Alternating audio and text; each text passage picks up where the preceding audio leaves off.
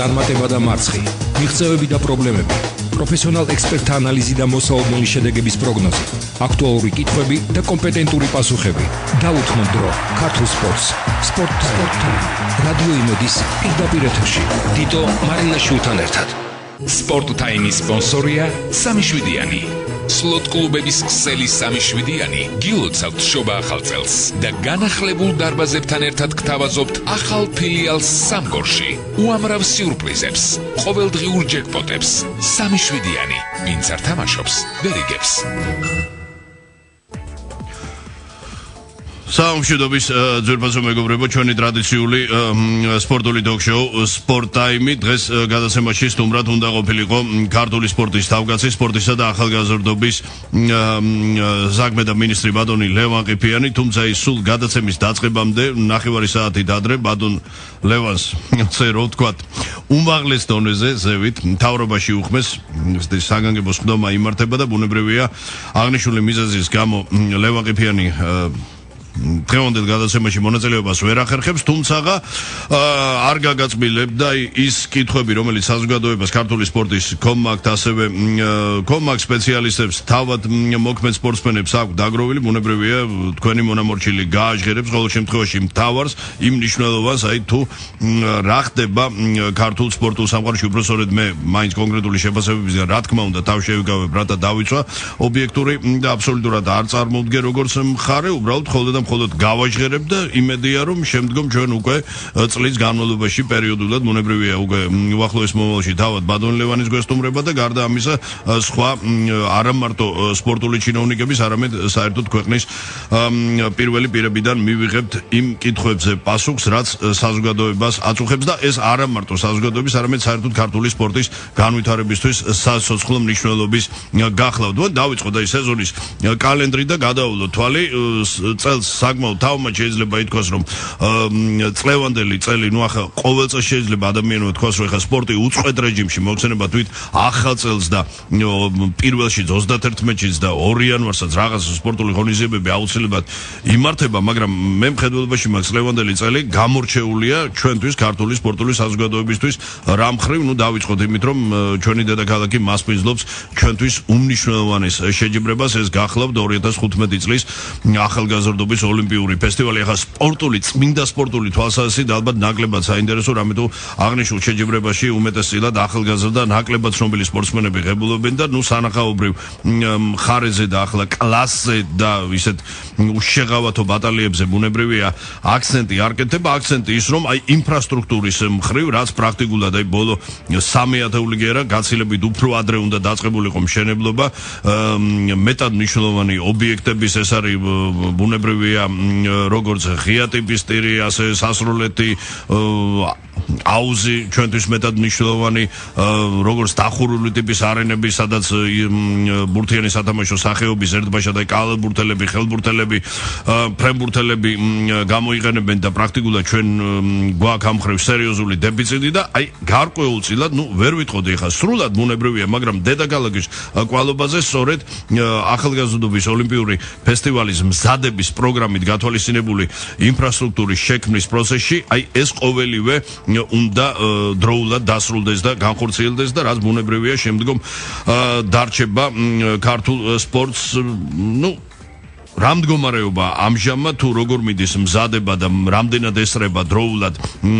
ხსენებული ინფრასტრუქტურის შექმნა, ნუ ეს ერთი მნიშვნელოვანი საკითხი მხედველობაში მაქვს როგორც ვადები, ასევე თავად ობიექტების ხარისხი და რამდენად კმაყოფილი არიან იგივე საერთაშორისო ოლიმპიური კომიტეტის წევრები, კომისია მოხსენებად რამდენჯერმე სტუმრობდა ჩვენს ქვეყანას და ჩვენს დედაქალაქს, ნუ ეს ერთი მნიშვნელოვანი საკითხი. ნუ სულ მალე გაზაფხულზე ჩვენს დედაქალაქში ძალოსნობაში ევროპირველობა გაიმართება, ჩვენთვის ასევე მეტად მნიშვნელოვანი შეჯიბრება, ნუ აღარაფერს ვლაპარაკობ უკვე გამორჩეულ ერთ-ერთ მნიშვნელოვან მოვლენაზე, რაც 2015 წლის ევროპის სუპერთასი ჩვენს დედაქალაქში ეროვნულზე მოგხსენებად აგვისტოს თვეში წლევანდელი ჩემპიონთა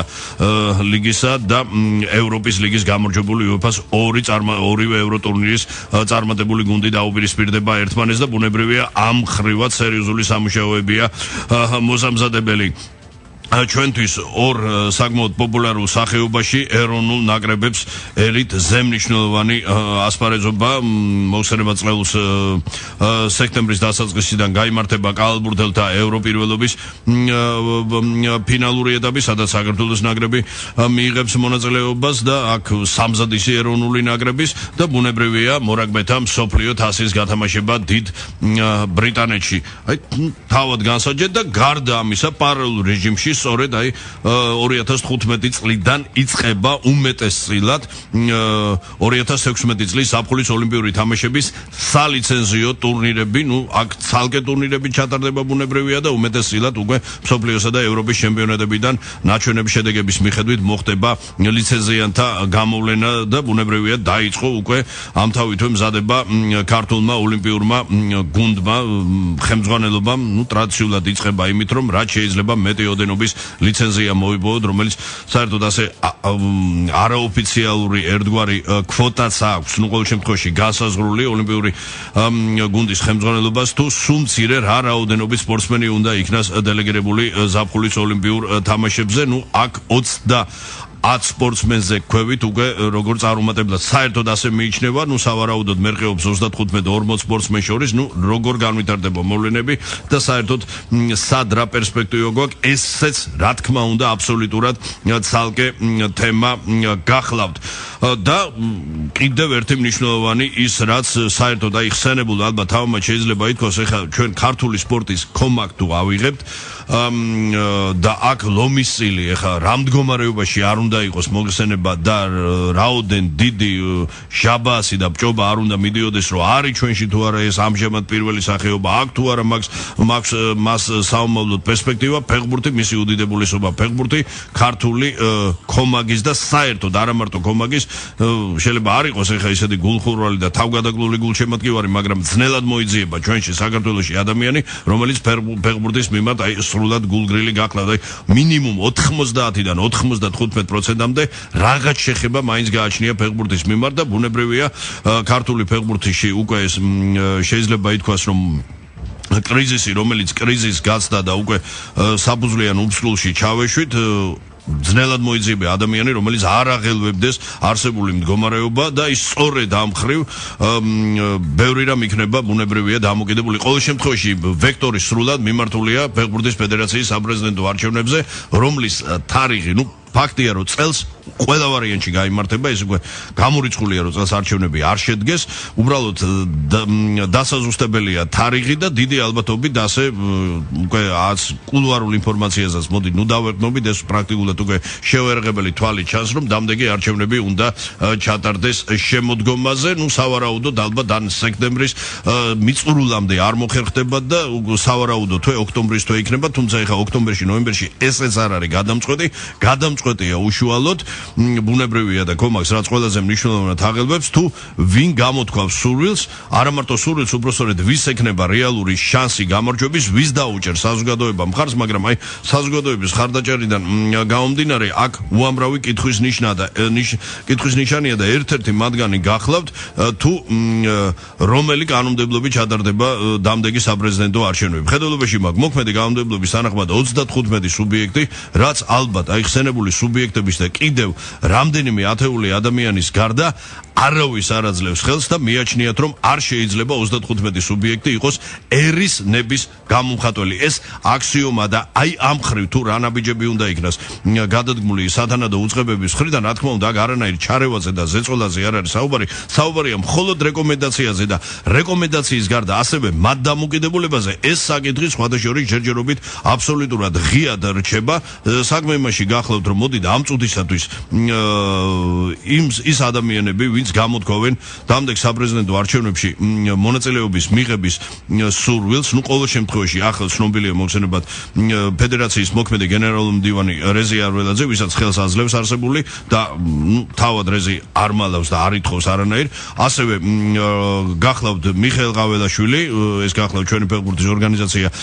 ჩვენი ფეხბურთის დამფუძნებელი და მისი ხელმძღვანელი და ლევან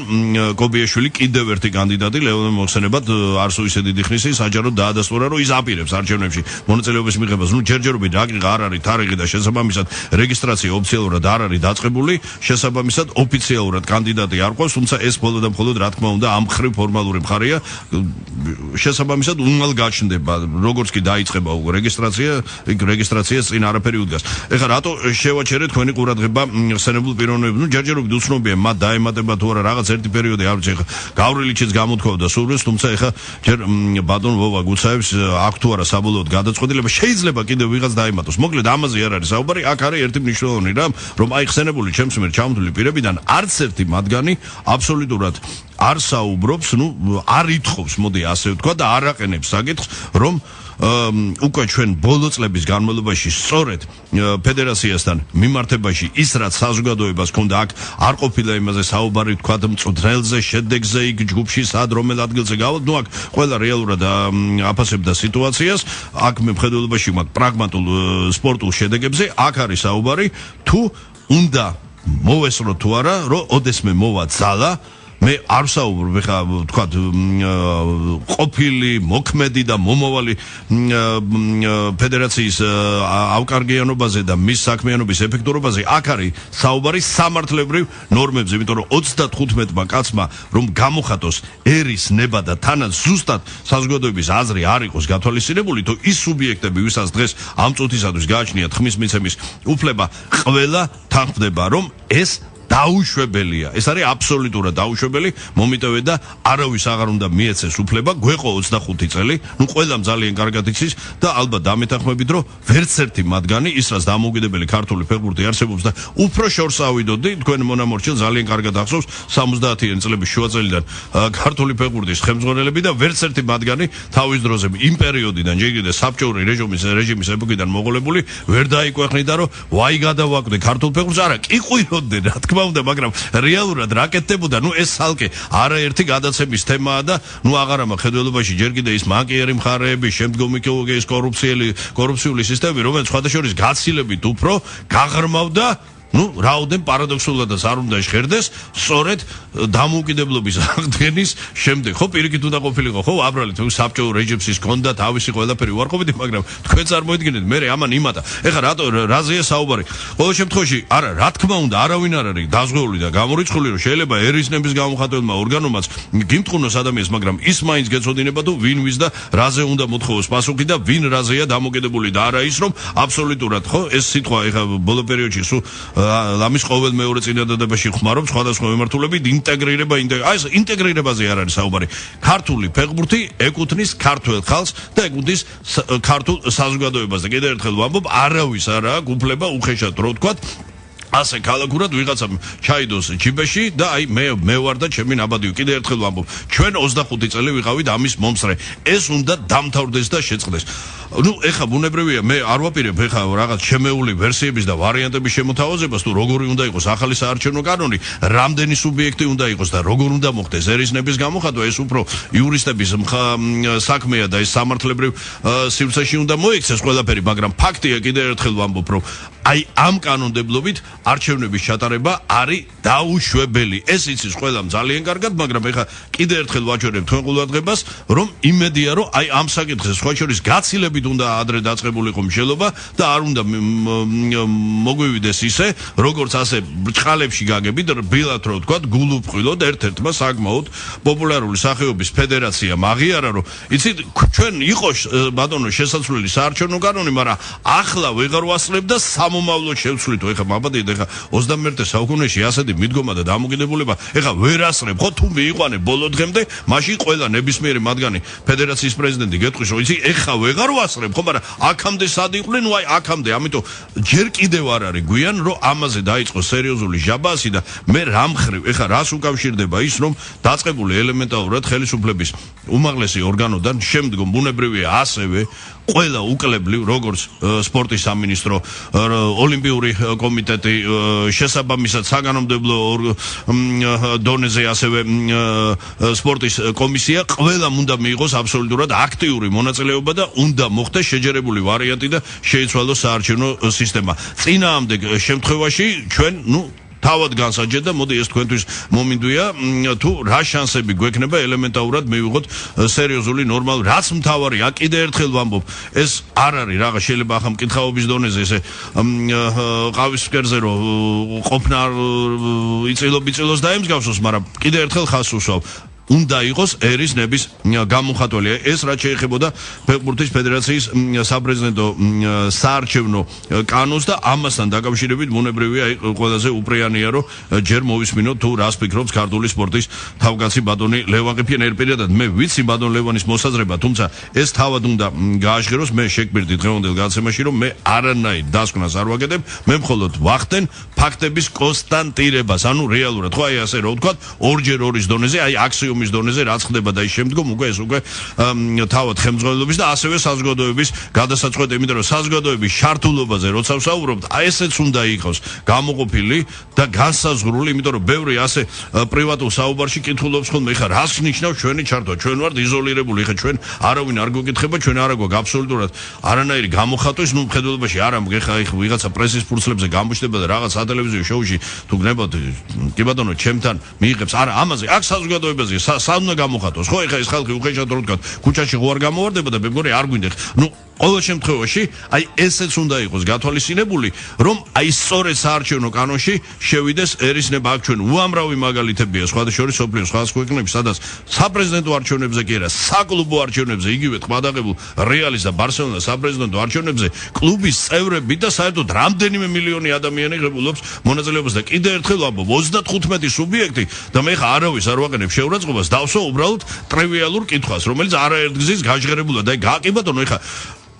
ამ 35 სუბიექტიდან რამდენი სარგებლობს პოპულარობით, რამდენი ადამიანი, რამდენი მათგანის პიროვნება მხედველობაში მაქვს უშუალოდ როგორც ჩინოვნიკის მოღვაწეობა, თორე სხვა მხრივ რა თქმა უნდა ჩვენ არავის არ ვეხებით, აი საზოგადოებისთვის არის დადებითად მხრიდან შეფასებული. ახლა შენ საზოგადოებას ემალო, მოწყდე ყველაფერი და მე პარალელურ რეჟიმში იყირო, რომ არა მე იმ მათ ნდობას გამოვხატავ და ნდობით აღჭურვილი კი არა, იმ ხალხს საერთოდ ვერ ანახვებოდე და ერთი კარიდან გადიოდე და მეორე კარიდან შედიოდე, ესე არ ხდება, ხო? ყოველ შემთხვევაში არ უნდა მოხდეს და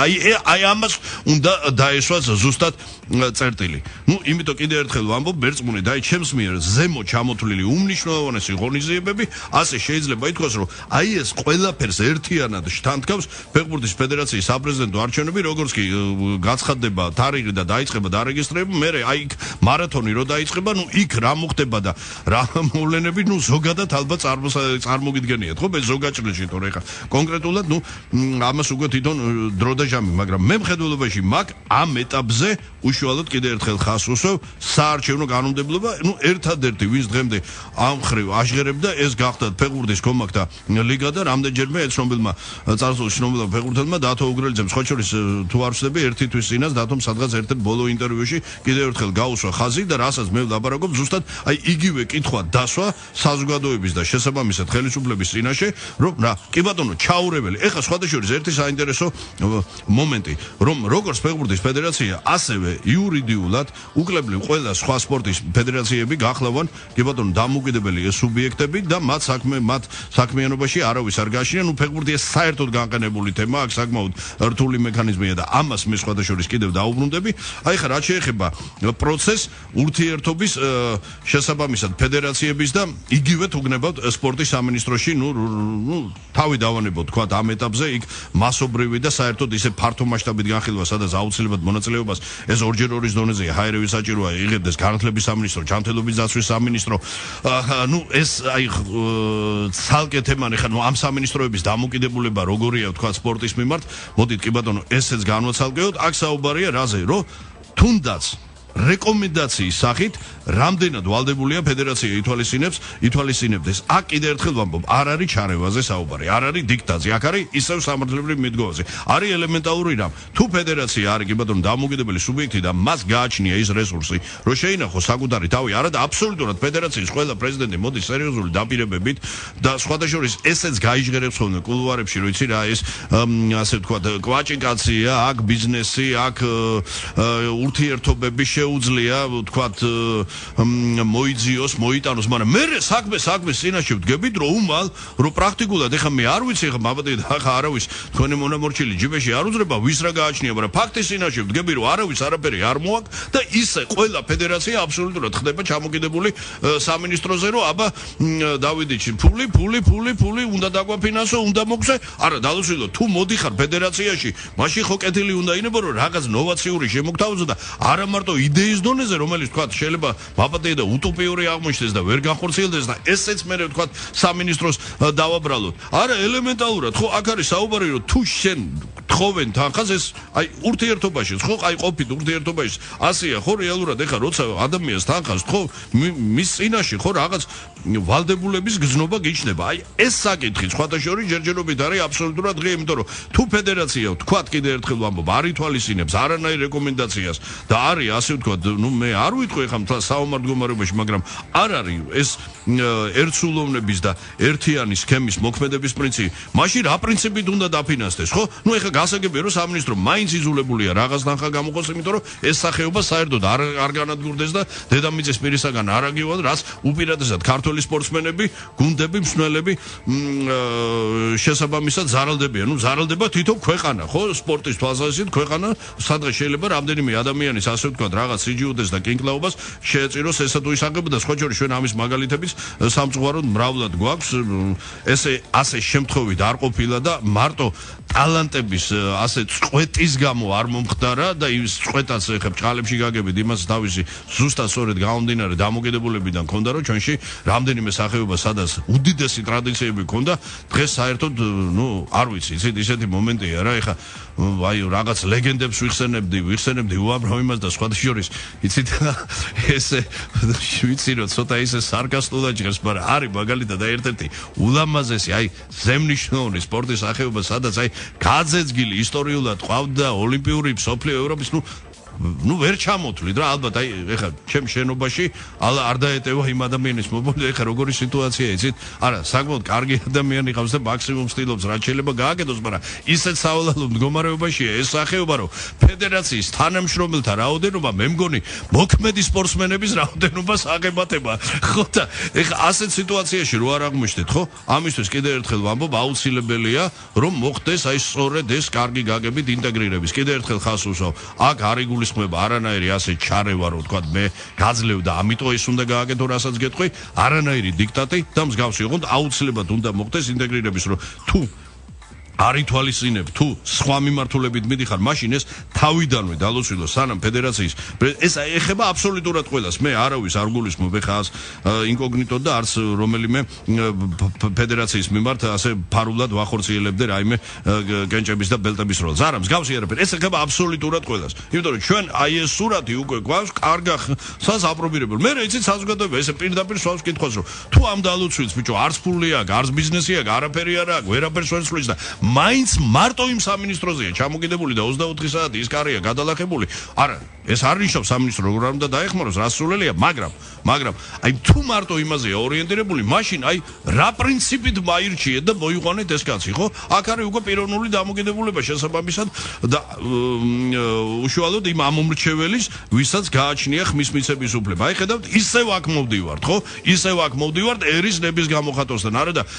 თავარი ის რასაც მე უკვე რამდენი 2000 წლის განმავლობაში ეთერიდან მიხდება ამის მაბადია ტყებნა რომ არც ერთი ფედერაცია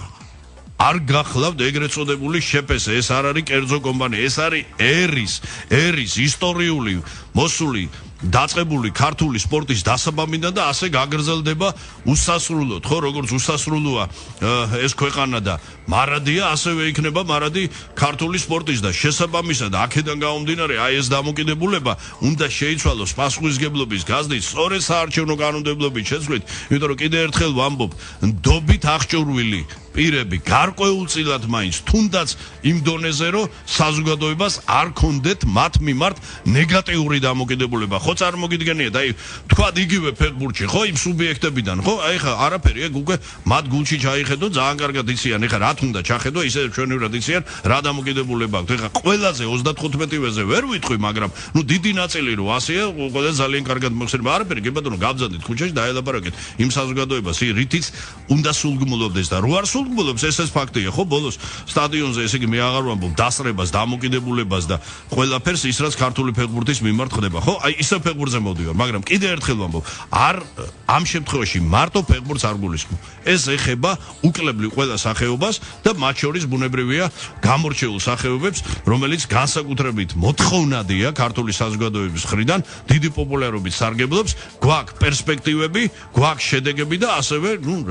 და ველოდებით, ხო, აი, ვახსენეთ წეგან 2016 წლის აპოლის ოლიმპიური თამაშები და აი ის სალიცენზიო ტურნირები, სადაც ჯერჯერობით ძალიან ბევრი რამ ბუნდოვანია და ჯერჯერობით ძნელია პროგნოზის გაკეთება, თუ მაგალითად თქვა, რამდენ ლიცენზიას ავიღეთ, მაგრამ ლიცენზიის აღება ცალკე საკითხია. აი, იქ შემდეგ უკვე ოლიმპიადაზე რას გავაკეთებ და რა შედეგზე ვიქნებით ორიენტირებული, რა იქნება პროგრამა მინიმუმი, მაქსიმუმი არ არსებობს, რაც მეტი მით უკეთესი კი ბატონო, მაგრამ აი რა ვისი და რისი იმედი უნდა გქონდეს, აი ეს ყველაფერი არის ერთ სივრცეში მოქცეული. ახლა კიდევ ერთი ყველაზე მნიშვნელოვანი და მთავარი და მტკივნეული თემა ძვირფასო მეგობრებო, რაზეც უნდა მივიღოთ პასუხი და ამ შემთხვევაში მერწმუნეთ მე აბსოლუტურად არ ვაპირებ ბატონ ლევან ყიფიანის დაცვას, იმიტომ რომ შეიძლება ასე ვიღაცა ობივაწებმა ჩამითვალოს და მოისმას, რომ მერწმუნეთ ის რაც კანონმდებლობის დონეზე ხდება, ეს აბსოლუტურად არა, როგორ არის სპორტის სამინისტრო ამაში იღებს მონაწილეობას, მაგრამ სპორტის სამინისტრო აქ არ არის გადამწყვეტი რგოლი და რბილად რო თქვა, არავინ არ კითხავს, კი ბატონო გამოხვალ ინიციატივით. ერთხელ მოგისმენენ, ორჯერ მოგისმენენ, მესამედ შეიძლება უკვე. ხო, ცოტა ისეთი მომენტია. რას გულისხმობ, რომ დღემდე მიაქციეთ ყურადღება. თავარი ხო, ბიუჯეტი საკმაოდ მწირი. ეხა ეს ბიუჯეტის რომ ბატონ ლევან ყიფიანის იმაზე არ არის მორგებული მარტო იმით, ხო? თორე ეხა კი ბატონო რა პრობლემა იმ ხსენებული 64-ის ნაცვლად მოვითხოვდით 700 მილიონს და ეხა 7, მაგრამ სად ეხა ჩვენ მდგომარეობაში, ჩვენ არსულ და ალხინებულ მდგომარეობაში ეკონომიკურად ხო ქვეყანას ეხა 700 მილიონს და მეც რო ვერ იღებს, ეს ფაქტია, ხო? ეხა სოციალურ პროგრამებს და განათლებას, ჯანდაცვას და პენსიებს ვერ მოვაკლებ და რაღა მოკლება უნდა ისედაც რა ხდება, ყველას კარგად მოგწერებ. ანუ რისი თქმა მინდა, აქ არის მთავარი, ეს არის ორჯერ ორის დონეზე და როც კონდეს ღვთისმადლით ღმერთმაგნას ხვალზე რომ გაჩნდეს შესაძლებლობა ბიუჯეტის გაორმაგების, გასამაგების, თუნდაც გაათმაგების, ეს კიდევ არ იქნება გამოსავალი, იმიტომ რომ ჩვენ ვართ ეგრეთ წოდებულ სოციალისტურ სისტემაში დარჩენილი. რამ ხრივ კი ბატონო დაუბრუნდეთ, ხო? ატყდა ეხა ის ფეხბურთზე შეჩერდა ის პროგრამა და რატო შეჩერდა ყველას კარგად მოგცერებათ. ესეც ორჯერ ორის დონეზე იყო, სანამ არ მოვა ხელისუფლება, მით უმეტეს მარტო ის მსაჯების სკანდალური თემით არ იყო განპირობებული, ესეა, ვინ აიღებს პასუხისგებლობას, აგარი ნდობის მომენტით, სახელდებოდა შემდგომ სხვადასხვა თანხები, ჯერ დავიწყეთ 500 მილიონიანი პროგრამიდან, გადმოვედი 300-ზე, 200-ზე, 100-ზე, ბოლოს სადღაც ისევ შევჩერდით. ეს ერთი. ეხა სხვა იგივე ხო, კლუბების დაფინანსება სახელმწიფოს მხრიდან, რაც მაბადეთ, ეხა ის იცით რა, უკვე 80-იანი წლების სოციალისტსაც არ მაგონებს, ეს არის სადღაც უფრო 60-70-იანი წლები რა, უკვე ისეთი მომენტია, რომ სახელმწიფო აფინანსებს კლუბებს, ხო, კლუბები, რომელიც ყველა შემთხვევაში უნდა იყოს და ეგრეთ წოდებული, აი ვედამსვენის რო ვეძახით, შესაბამისად, ანუ უწყებათა შორისი გუნდები არ უნდა არსებობდნენ კაპიტალისტური სისტემის და ჩვენ სწორედ ასეთ სისტემაში ვცხოვრობთ, აი მოწყობის, მაგრამ უნდა იყოს სათანადო ბერკეტები, განვითარების შესაძლებლობა, რაც კლუბებს არ დაამუხრუჭებს, იმიტომ რომ ჩვენ პრაქტიკულად ეს არის ერჯერადი ინექციები უკვე ყოველწლიურად, რასაც უკეთებთ გუნდებს, ეს ხედველობაში მაგ როგორც ფეხბურთი, ასევე კალათბურთი, ასევე აი რაგბში კიდე რაღაც ცოტა თანხა მეტი მოიძია, მაგრამ ესე ზღვაში წვეთია და ეს უკლებლივ დაწყებული რაგბის კავშირის ხელმძღვანელობიდან ნებისმიერი მოქმედი მორაგბის აღი და ეს არის სულგბულობის შესაძლებლობა, რომ მე რაღაცა მოედანზე გავალ, ვითამაშებ და იქ ხარისხის დაზე არ იქნება სანამ რა თქმა უნდა მე ხა ისევე როგორც თქვენ შორს ვარ იმ აზრისგან რომ ჩვენ რომელიმე ევროპულ კლუბს დავედაროთ უახლოეს მომავალში საგლუბო დონით ზემა ხედველობაში ჩვენი ბიუჯეტი შიდა ბიუჯეტებით ხო რაც შეიძლება გუნდს კონდეს მაგრამ ის თუ არ შეიქმნა სათანადო ბიზნეს გარემო ხას უსვავ აი სწორედ აქ იყო ძაღლისთავი დამარხული რომ იმ ბიზნეს გარემო შექმნა ხდება საკანონმდებლო დონეზე ვინ იღებს მასში მონაწილეობას რა თქმა უნდა ხსენებული სამივე სამინისტრო ეს გახლავთ ბუნებრივია სპორტის ასევე ჯანმრთელობის განათლების გარდა ამისა სწორედ იურიდიული კომიტეტი, სპორტის იურიდიული კომიტეტი საკანონმდებლო ხდება ინიცირება წარდგენად, მე აი ეს ყველაფერი მთელი ეს პროცესი. რაზეა გათვლილი? აქ არის გათვლილი, რომ ჩვენ თუ კი ბატონო, ვიტყვით რომ დღეს ჩვენ არ გვაქვს ეს მდგომარეობა ბიზნესში, რომ თლად იდეალური გარემო შექმნა და ასე პირდაპირ ევროპული მოდელი გადმოვიღოთ, რაღაც ელემენტარული შეღავათები მაინც უნდა გაკეთდეს, რაც ბიზნეს ინტერესს, აი მცირე ინტერესს მაინც გაუჩენს. ნუ მე მხედველობაში არ მაქვს გადასახადებზე იქ სად როგორ გადაირიცხება, იმიტომ რომ მე რამდენიმე მნიშვნელოვანი ფაქტი მინდა გაგახსენოთ და აი ეს მაინც რო გაგვეკეთებინა რა. ეხლა მე ვამბობ, აი ცუდი ვარიანტის რაღაც უკეთეს გაგრძელებას, რომ ეს მაინც გავუკეთებინა. კერძოდ რა, პირველი, რო კიდე ერთხელ ვამბობ, მიწის რენტა, ხო? ანუ იბეგრება სტადიონი დალოცვილებო იბეგრება ისევე როგორც სამორინე იგივე ნიხრით, როგორც სამორინე, როგორც რესტორანი და ეხა სტადიონის და წარმოგიდგენია თქვა ეს სპორტსკოლა იქნება, არა აქვს მნიშვნელობა, ანუ სპორტული არენა, სპორტული ნაგებობა, ხო? ნუ ამის გაკეთება ხო შეგვიძლია აქ მოხდეს, აუ ვალდებული ვარ თუ არა, აი ეს ხო სადაო არ არის, ეს არის ორჯერ ორის დონეზე. ეს ერთი. მეორე, გამბაჭება სპორტული ინვენტარის, ხო? ეხა ეს ყადაღებული ეს ხალიჩები რო შემოგვდა, ეხა მოხსენებად ეს ალკეთემა და მე პირადად აი შეიძლება ეთქოს რაღაცა ესე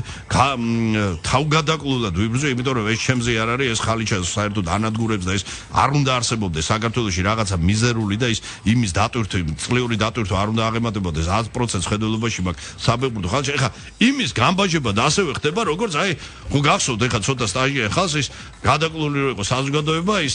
პერსიცკი კავეორ, ხო? ეს ირანული ხალიჩები იყო რაღაც სპარსული ხალიჩები და მოკლედ ხალხი რა ვიცი 10 წლის ხელფას დებდა რომ ეს ხალიჩა შეძინათ. ეხა ეს ხალიჩების ბუმი არ ვიცი რამდენად დარჩა საქართველოში, მაგრამ ფაქტია რომ ეხა მისი და სპორტული ინვენტარის გამბაჭება რო არ უნდა ხდებოდეს ერთი ნიხრით, ესეც ხომ აქციობა ძვირფასო მეგობრებო. წყალი ყველაფერს თავი დავანებოთ. ეს არ არის ელექტროენერგია, ეს არ არის გაზი, არ არის ის ენერგომატარებლები, რომელიც აიღან შემოა. ბიჭო, წყალს ქვეყანა ხო დალოცვილებოდა. ბიჭო, წყალზე, აი საუბარი რაზეა რომ აი ეს გადასახადი დავარეგულიროთ სპორტზე, რაც სტადიონის მორწყვას ეხება ხალხო.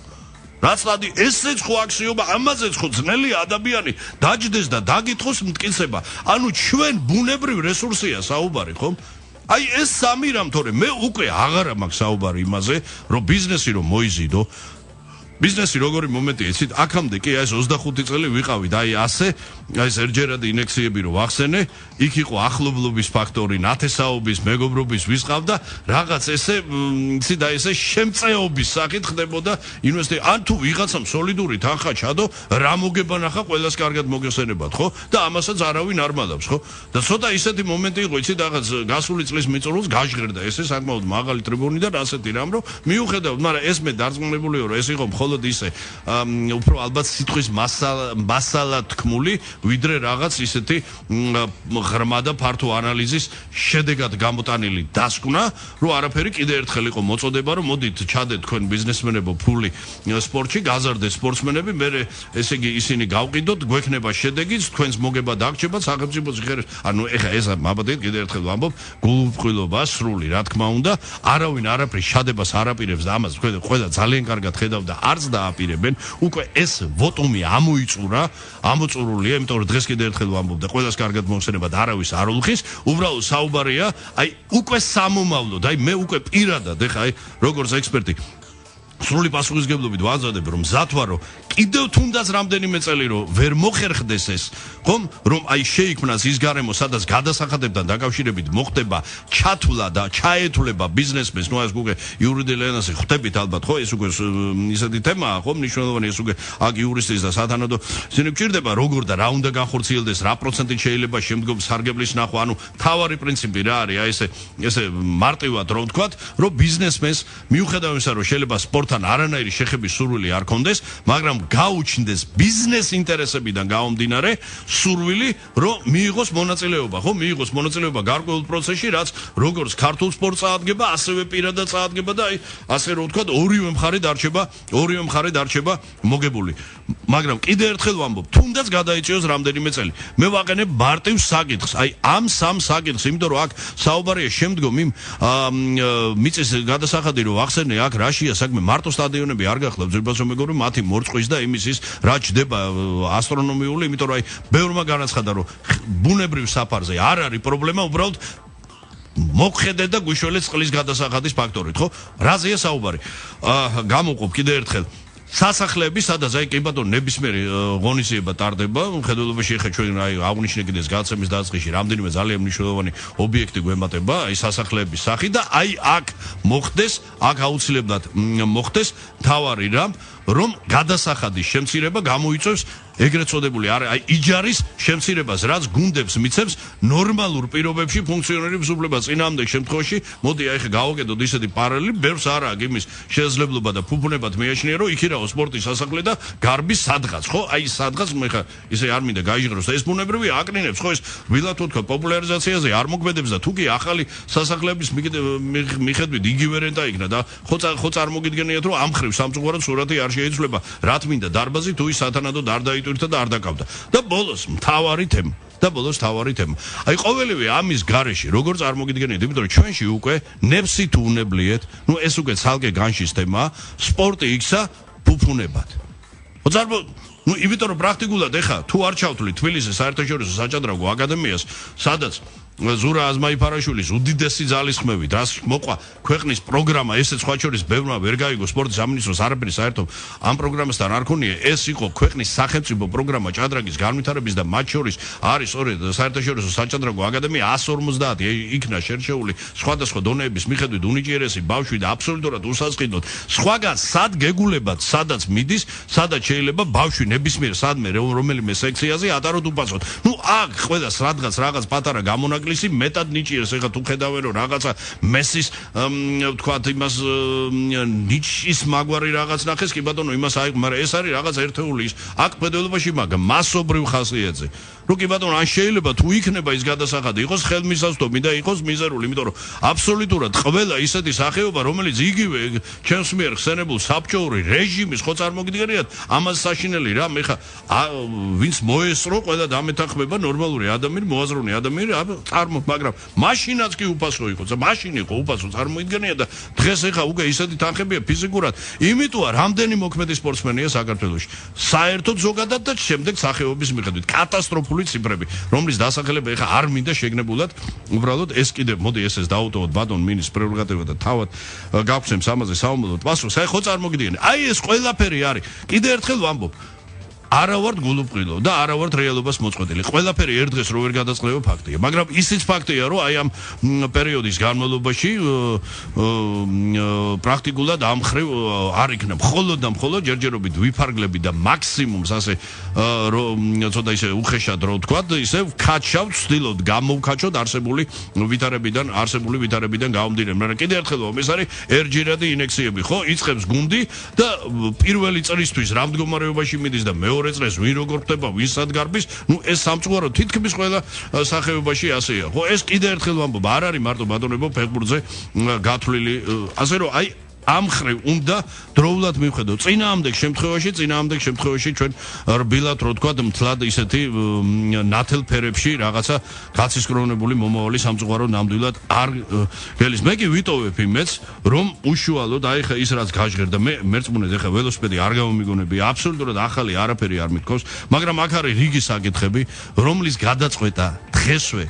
მოვალია ხელისუფლება რომ გადაწყვიტოს და ძალოს, რაც მთავარია ძალოს, ხო? თორე კიდე ერთხელ ვამბობ, კი ბატონო, კაი, ნურთავთ ამ ბიზნესს, ვერ ვახერხებთ, გვაქვს უამრავი პრობლემა, ამას დაალაგება უნდა, ეხა კურსია დასარეგულირებელი, დასაჭერი, ყველაფერი გასაგებია, მაგრამ ის რაც აუცილებლად შეიძლება, ხო? კიდე ერთხელ ყველაზე მარტივი, აი ესეთი აქსიომის დონეზე, წყალი, ჩვეულებრივ წყალზეა საუბარი, ხო? ჩვეულებრივ წყალზე. აი ზურბასო მეგობრებო, აი ასეთი სურათი გვაქვს 2015 წლის დასაწყისში. რა იქნება შემდგომ? რა ვიცი. კაცი იმედით ცოცხლობს, მე წარმატებები და ღერძელობა მინდა გისურვო და ვიქონიოთ იმედი, რომ ჩვენი დღევანდელი ასე ეს მონოლოგი საუბარი მთლად უკვალოდ არ ჩაივლის. წარმატებები.